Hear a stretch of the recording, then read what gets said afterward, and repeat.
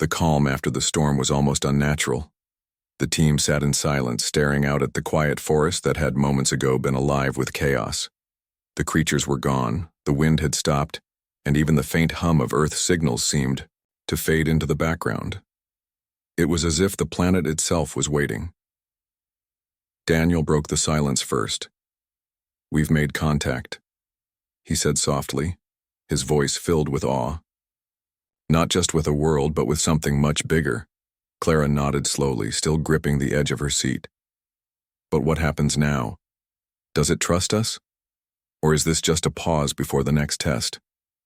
Ryan stood by the viewport, his rifle slung over his shoulder. He glanced outside one last time before turning to the group. "I don't know about you all, but I'm not sticking around to find out. This place feels like it's holding its breath." Sophie adjusted her glasses, looking thoughtful. "Maybe we should stay longer. We've barely scratched the surface of what Earth can do. If we leave now, we might miss our chance to learn more." Daniel shook his head. "No. Staying any longer is too risky for us and for Earth. If word gets out about this, corporations will send fleets here faster than we can blink. They'll strip this planet apart trying to figure out how it works." Clara agreed. "He's right. We need to go back to Lyria and make sure the Council understands how important this is. Earth isn't just a resource, it's alive, and it deserves protection." Ryan raised an eyebrow. "You really think they'll care? Most of them laughed at us when we left." "They didn't have proof then," Daniel replied firmly. "Now, they do. Once they see the data and the recordings, they won't be able to ignore it." With that decided, the team began preparing the Solace for departure. Sophie double-checked their equipment, ensuring everything was secure, while Ryan ran diagnostics on the ship's systems. Clara reviewed the encrypted files one last time, making sure nothing critical had been overlooked. Daniel stood by the viewport watching the forest intently. As they prepared to lift off, the sensors picked up movement again, this time subtle vibrations beneath the ground. The readings matched the patterns they'd seen earlier, but weaker, almost hesitant. It was as if Earth was saying goodbye. "Do you think it knows we're leaving?" Clara asked, joining Daniel at the window. "I think it does," Daniel replied quietly. "And I think it's letting us go. For now." When the Solace re-entered orbit, the team transmitted their full report to Lyria, including detailed footage of the glowing caves, the crystal structure, and the strange creatures that had surrounded them. They labeled the message urgent and added a personal note from Daniel. "Earth is not a death world. It is alive and aware. Treat it with respect, or risk losing it forever." Back on Lyria, the reaction was immediate. The Council convened another emergency session, this time inviting experts from across the galaxy to analyze the findings. Scientists pored over the data, debating whether Earth's behavior could truly be classified as intelligent, or if it was simply an advanced form of ecological adaptation. Cale Voss found himself thrust into the spotlight once again. Reporters hounded him for statements, eager to know if his opinion of Earth had changed. At first he dodged their questions, unwilling to admit he might have been wrong. But as the evidence mounted, he realized there was no denying it. Earth wasn't just a relic of humanity's past, it was a marvel unlike anything else in the universe. At the next public address, Cale stepped onto the stage, his usual arrogance replaced by a rare humility. "I was wrong," he admitted, his voice steady but sincere. "Earth is not a failure, it is a masterpiece, a living, breathing entity that challenges everything we thought we knew about planets and life itself. I urge the Council and all citizens of the galaxy to treat it with the reverence it deserves." His words sparked a wave of change. People who had once mocked Earth now spoke of it with wonder. Artists created paintings inspired by its glowing caves. Writers penned stories about its mysterious intelligence, and activists demanded laws to protect it from exploitation. For the first time in centuries, Earth became a symbol of hope rather than ridicule. The Galactic Council wasted no time in acting. They declared Earth a protected zone, banning mining, colonization, and unauthorized exploration. A special task force was formed to study the planet further, tasked with finding ways to coexist peacefully with its unique ecosystem. Daniel, Clara, Sophie, and Ryan were invited to join, though they declined, preferring to let others take the lead. Months later, the team gathered in a quiet park on Lyria, reflecting on their journey. The sun was setting, casting long shadows across the grass. Daniel leaned back on a bench, watching the sky turn shades of orange and pink. "Do you ever wonder what Earth would have been like if humans hadn't left?" he asked suddenly. Clara smiled faintly. "I think about it all the time. Maybe things would have turned out differently if we'd stayed," Ryan snorted. "Or maybe we'd have driven ourselves extinct trying to control it." Sophie chuckled. "Either way, I'm glad we got to see it for what it really is, even if it scared the hell out of me." They sat in comfortable silence for a while, each lost in their own thoughts. Despite the dangers they'd faced, none of them regretted going back. Earth had reminded them of something they'd forgotten, that humanity's greatest strength wasn't domination, but connection. Eventually, Daniel stood up, brushing dirt off his jacket.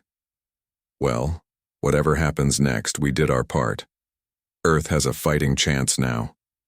Clara nodded, standing beside him. "And maybe someday people will realize that home isn't just a place, it's a relationship." As they walked away, the stars began to appear in the night sky, twinkling softly against the darkness. Among them was Earth, a pale blue dot, hanging silently in the void. It wasn't perfect and it wasn't easy, but it was alive. And thanks to 4 unlikely explorers, the galaxy finally understood why that mattered. The team huddled inside the solace, the storm raging outside like a living thing. Lightning lit up the sky every few seconds, casting eerie shadows across the cabin. Clara sat at the communications console, typing furiously as she prepared to send their report back to Lyria. Daniel paced nearby, his mind racing with thoughts of how the Galactic Council would react. Would they believe them? Or would they dismiss the findings as nonsense? Ryan leaned against the wall, arms crossed, watching the weather through the window. "If Earth really is alive and mad, then we're sitting ducks out here," he muttered. "That ship won't protect us if the planet decides to throw another tantrum." Sophie didn't look up from her workstation.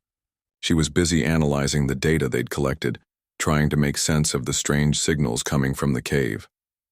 "It's not random," she said finally. "Whatever's happening out there, it's targeted. Like Earth knows exactly where we are." Clara paused, her fingers hovering over the controls. "Should we tell them everything? About the crystals, the network, the structure?" "Yes," Daniel said firmly. "We can't hold back now. If we only give them part of the story, they'll think we're making it up." "But what if they send ships on?" Clara asked, her voice tense. "What if they decide Earth is worth mining or studying, or worse, destroying?" Daniel hesitated. He hadn't thought that far ahead. All he'd wanted was to prove Earth wasn't just a death world. Now he realized their discovery could put the planet in even more danger. "We'll encrypt the message," Sophie suggested. "Make sure only the right people can access it. That way we buy ourselves some time to figure out what to do next." Clara nodded and began working on the encryption. As she did, Daniel turned to Ryan. "How fast can this ship get us off-world if we need to leave?" Ryan shrugged. "Fast enough, but not faster than whatever Earth throws at us. We'd be cutting. Foot close." "Then we stay for now," Daniel decided. "At least until we know more." Back on Lyria, Cale Voss sat in his office, scrolling through reports from various colonies. His attention shifted when an alert popped up on his screen.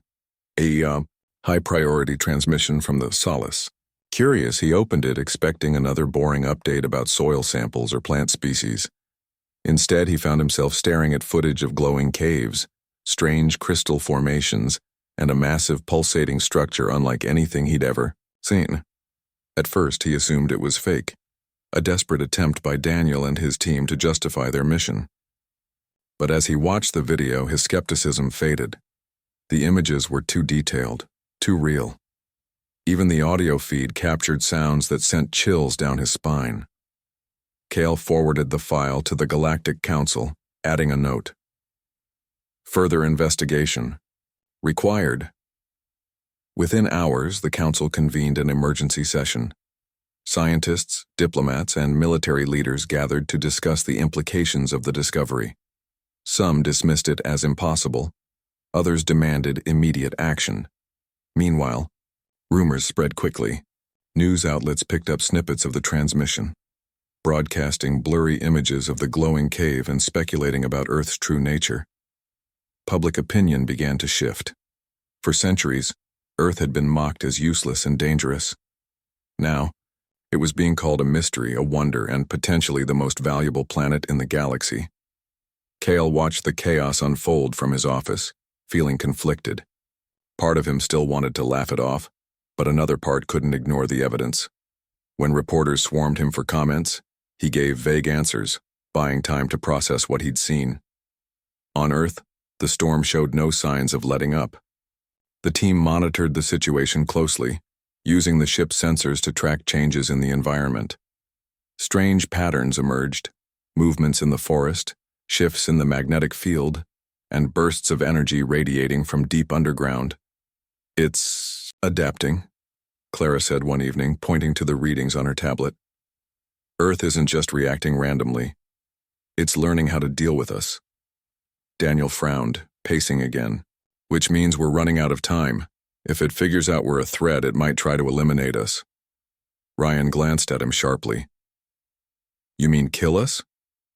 "I don't know," Daniel admitted. "But we can't take chances." Sophie looked up from her work. "There's something else. The signals we've been picking up, they're repeating like a code."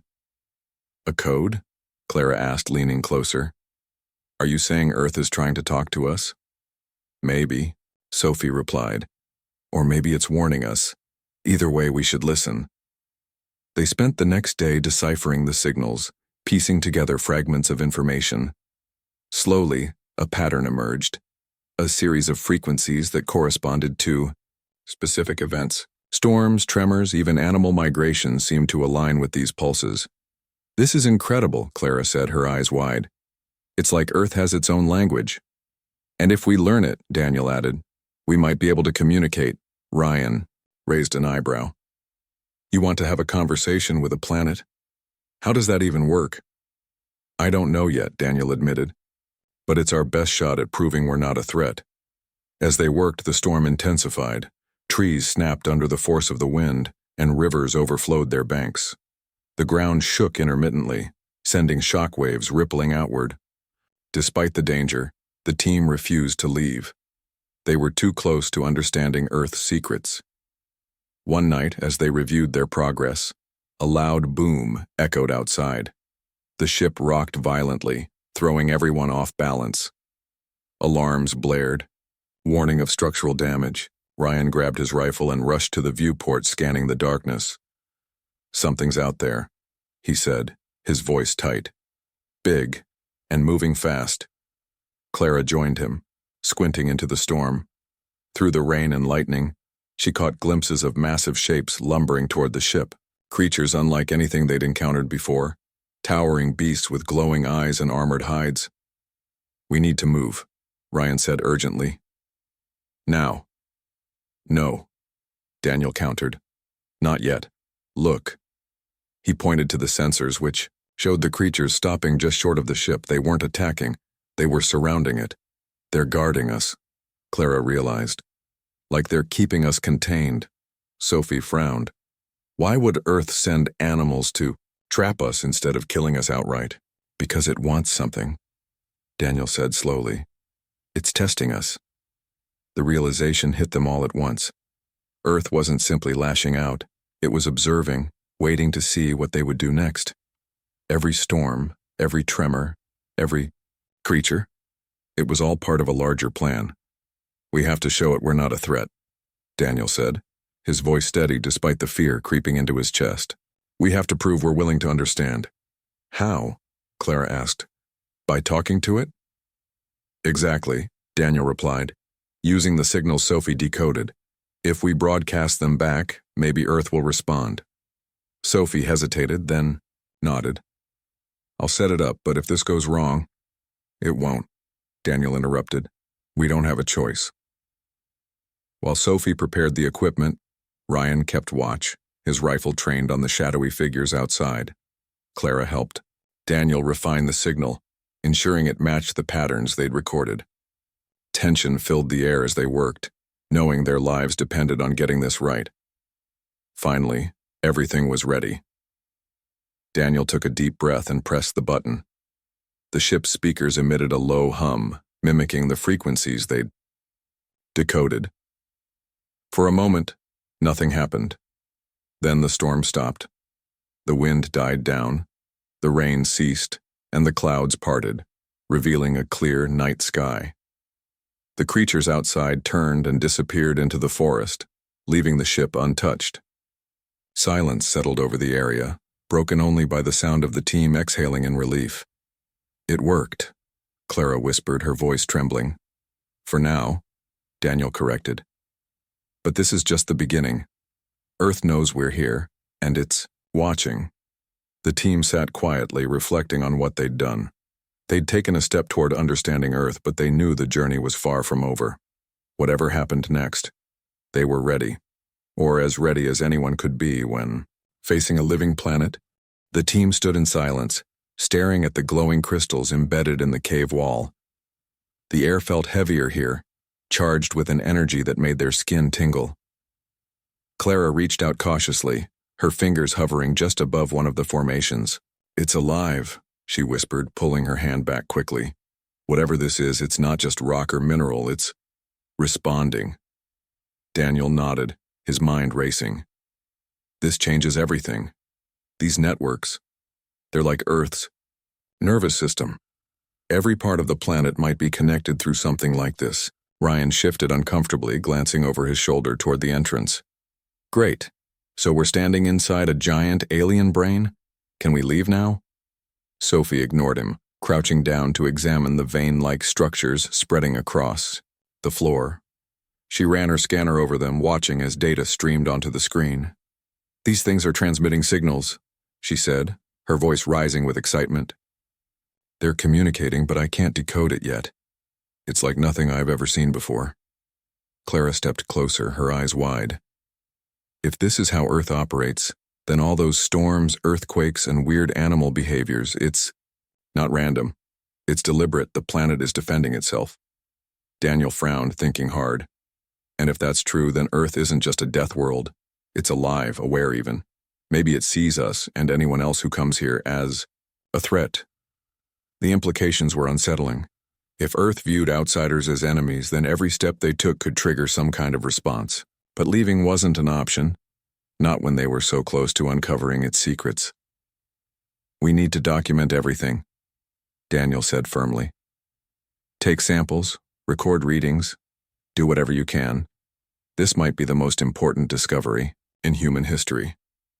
For the next several hours, the team worked tirelessly, collecting fragments of the crystal formations, mapping the glowing veins, and recording every detail they could. Sophie rigged up a portable relay to transmit live footage, back to the Solace, ensuring their findings wouldn't be lost if something went wrong.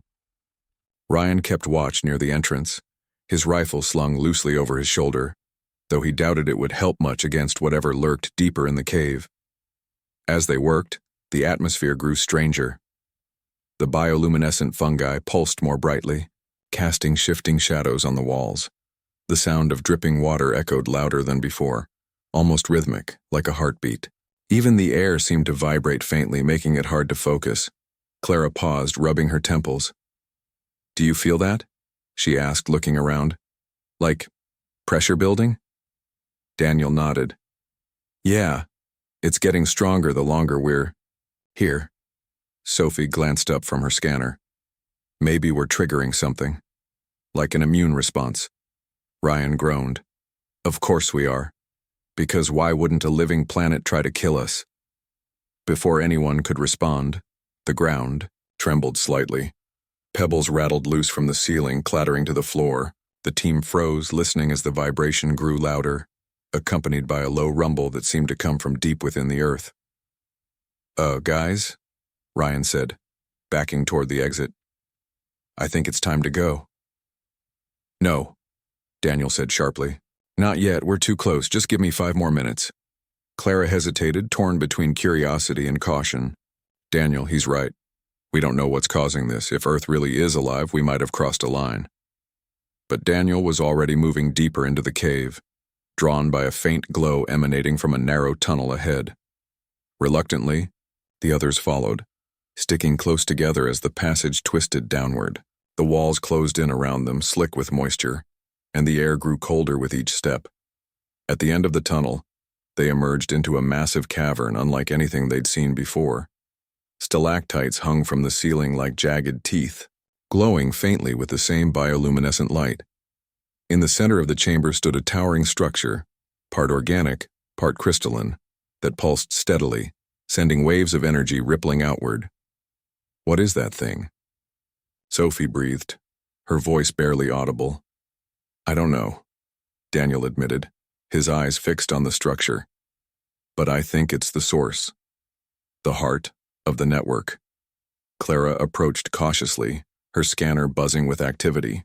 It's generating some kind of field, she said, like a shield or maybe a weapon. Ryan raised his rifle instinctively, scanning the shadows for movement. We should get out of here, now. But Daniel couldn't tear himself away. He moved closer to the structure, reaching out tentatively. As his fingers brushed its surface, a surge of energy coursed through him, knocking him backward. Clara rushed to his side, helping him sit up.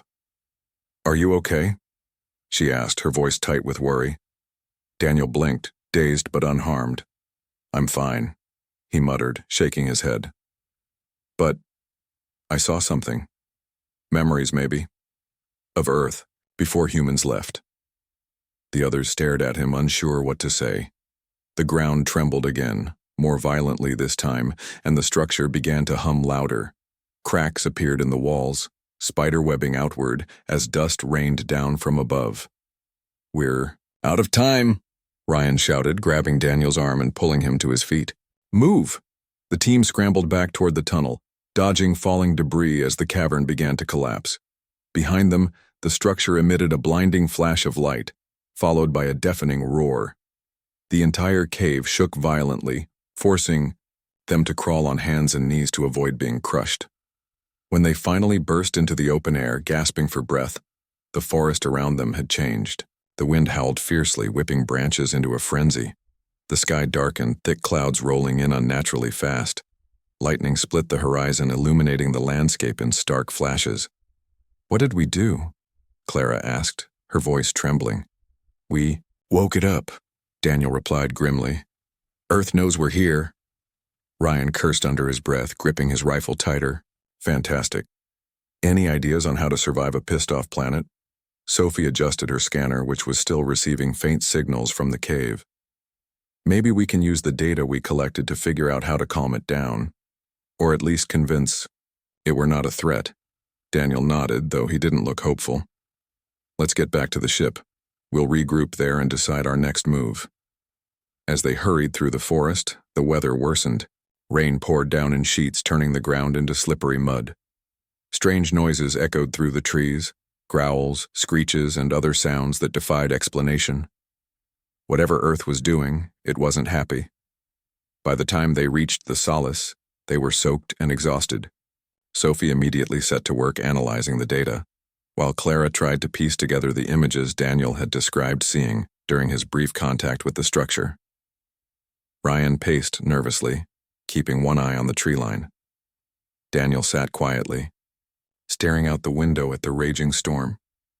He couldn't shake the feeling that they were being watched, not by animals or aliens, but by the planet itself. Earth wasn't just reacting, it was learning, adapting. We need to send a message, Clara said suddenly, breaking the silence. Back to Lyria. Tell them what we've found. They need to know. Daniel nodded slowly. Agreed. But we have to be careful. If the wrong people hear about this, they'll see Earth as a resource to exploit, not a world to respect. Ryan snorted. Good luck explaining any of this without sounding crazy. They laughed at us before, Daniel said, his voice steady. But not anymore. Not after this. Outside, the storm raged on, a reminder of Earth's power and its warning. As the Solace approached Earth, the team gathered in the cockpit to watch the descent.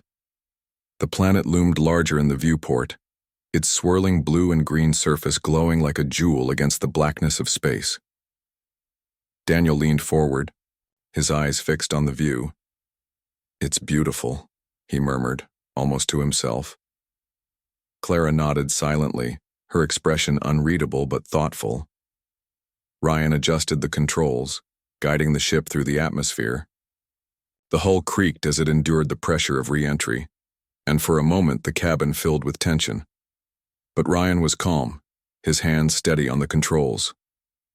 "We're good," he said finally. "Just hold on to your seats." When they broke, through the clouds the landscape below came into focus. Vast forests stretched as far as the eye could see, interrupted only by winding rivers and jagged mountain ranges. The ground seemed alive, moving subtly under layers of mist and shadow. Sophie whistled softly. "This place is wild," she said. "I mean, really wild." The ship landed near what used to be Yellowstone National Park, or at least that's where the old map suggested they were. Stepping out onto the surface, the team was hit immediately by the smell of damp earth and something faintly metallic in the air.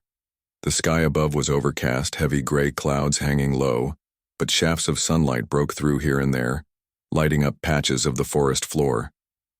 "Okay, let's get to work," Daniel said, pulling out a scanner from his pack. He began collecting samples of the soil, while Clara focused on examining the plants around them. Some of the trees towered hundreds of feet into the air, their trunks wide enough for a person to hide inside.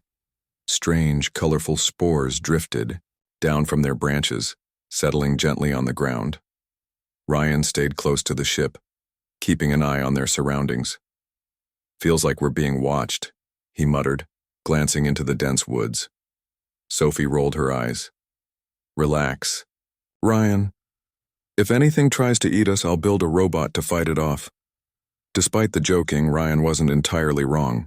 There was a sense of unease in the air, as if the planet itself was aware of their presence.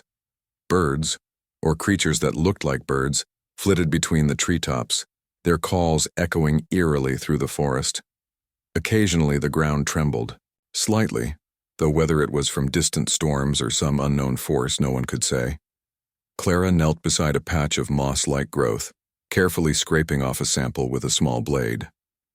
As she examined it under a portable microscope, her brow furrowed.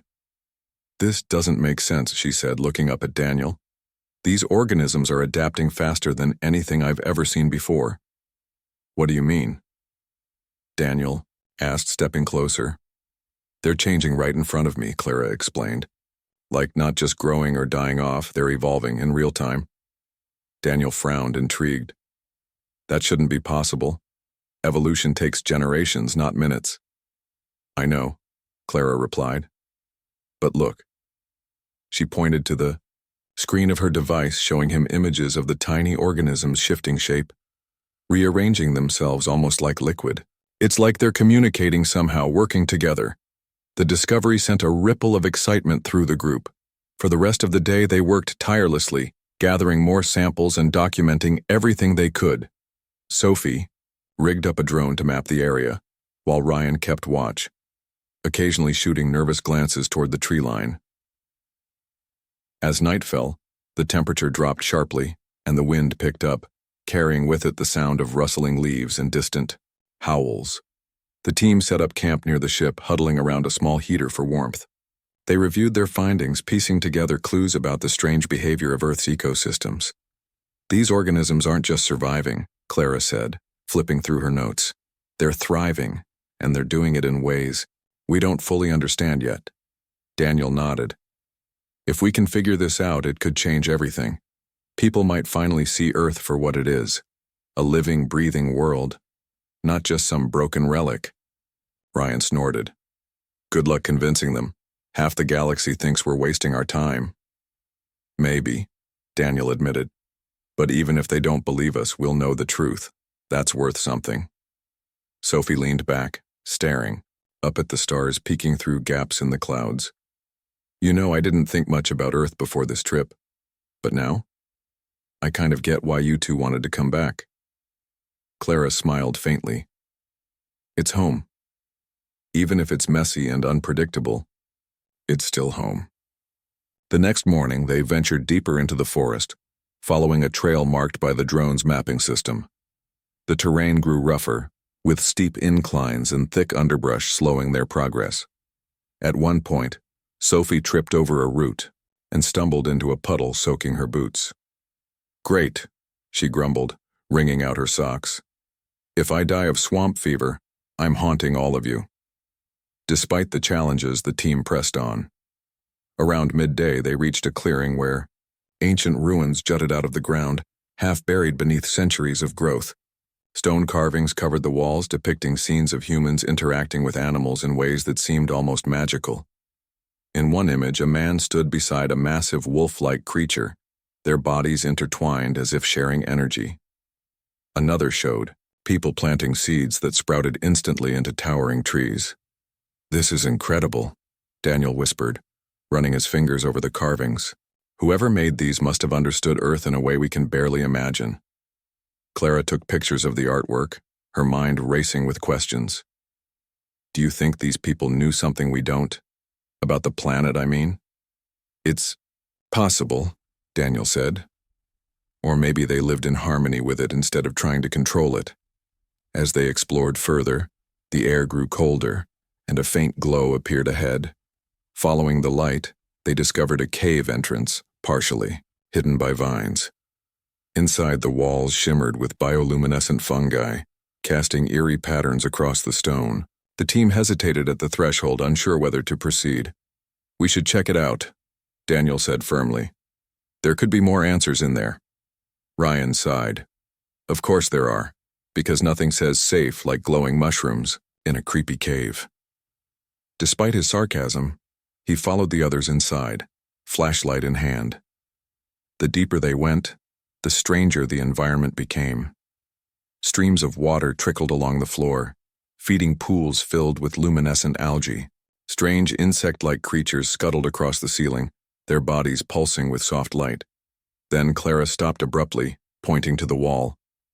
"Look at this," she said, her voice trembling with excitement. Embedded in the rock was a cluster of crystal-like formations, each one connected to thin vein-like structures that spread throughout the cave.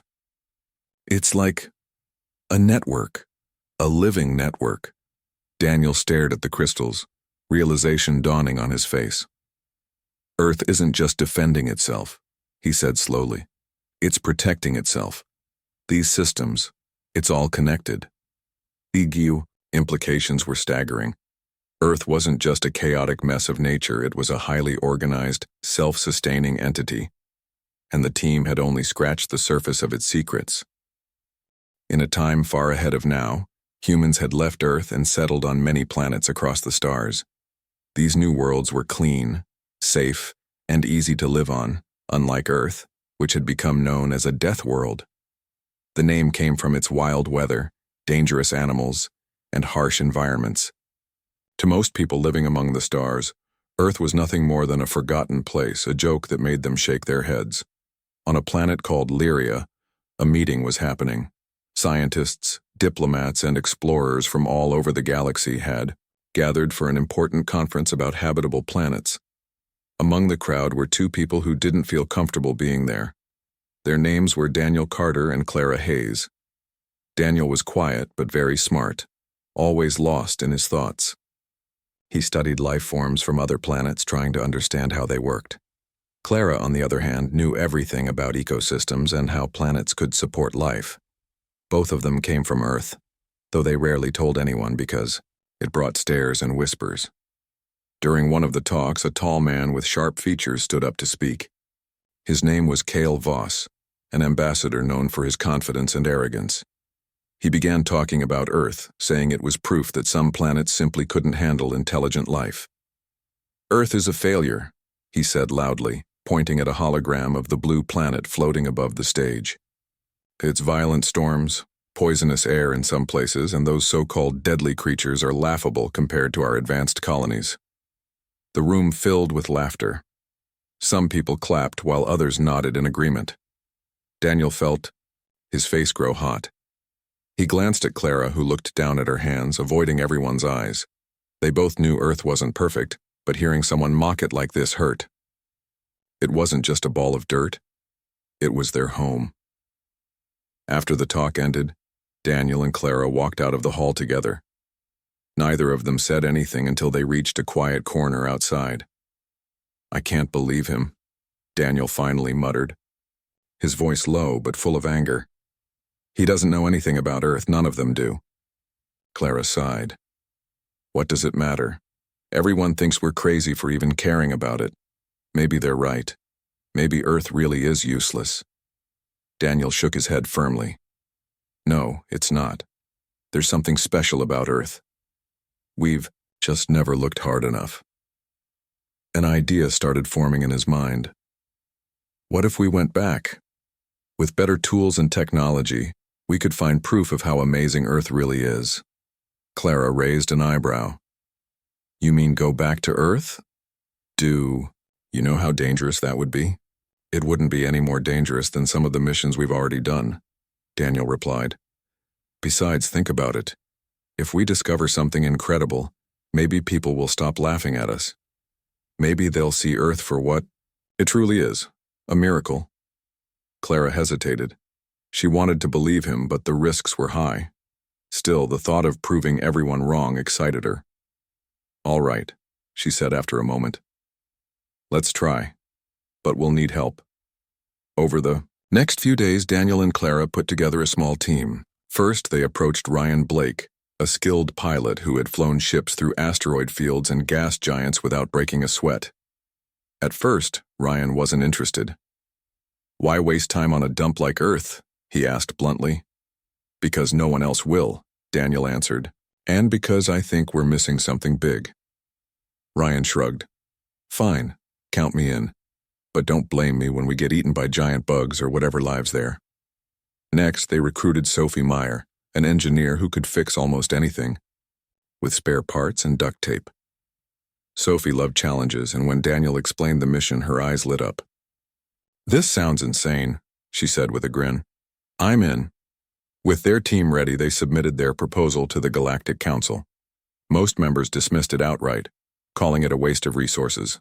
However, a few saw potential in the project, not because they believed in Earth's value, but because they thought it might make for good entertainment. After much debate, the council approved the mission, mostly to humor Daniel and his crew. A month later, the four of them boarded a sleek research vessel named Solace. It was designed for long journeys and tough conditions, making it ideal for exploring Earth. As the ship lifted off from Lyria, Daniel stared out the window, watching the stars blur into streaks of light. Clara sat beside him, reviewing data on her tablet. Ryan piloted the ship with practiced ease while Sophie tinkered with equipment in the cargo bay. The journey took several weeks, during which the team prepared for what lay ahead. They studied old maps of Earth, read reports from centuries ago, and brainstormed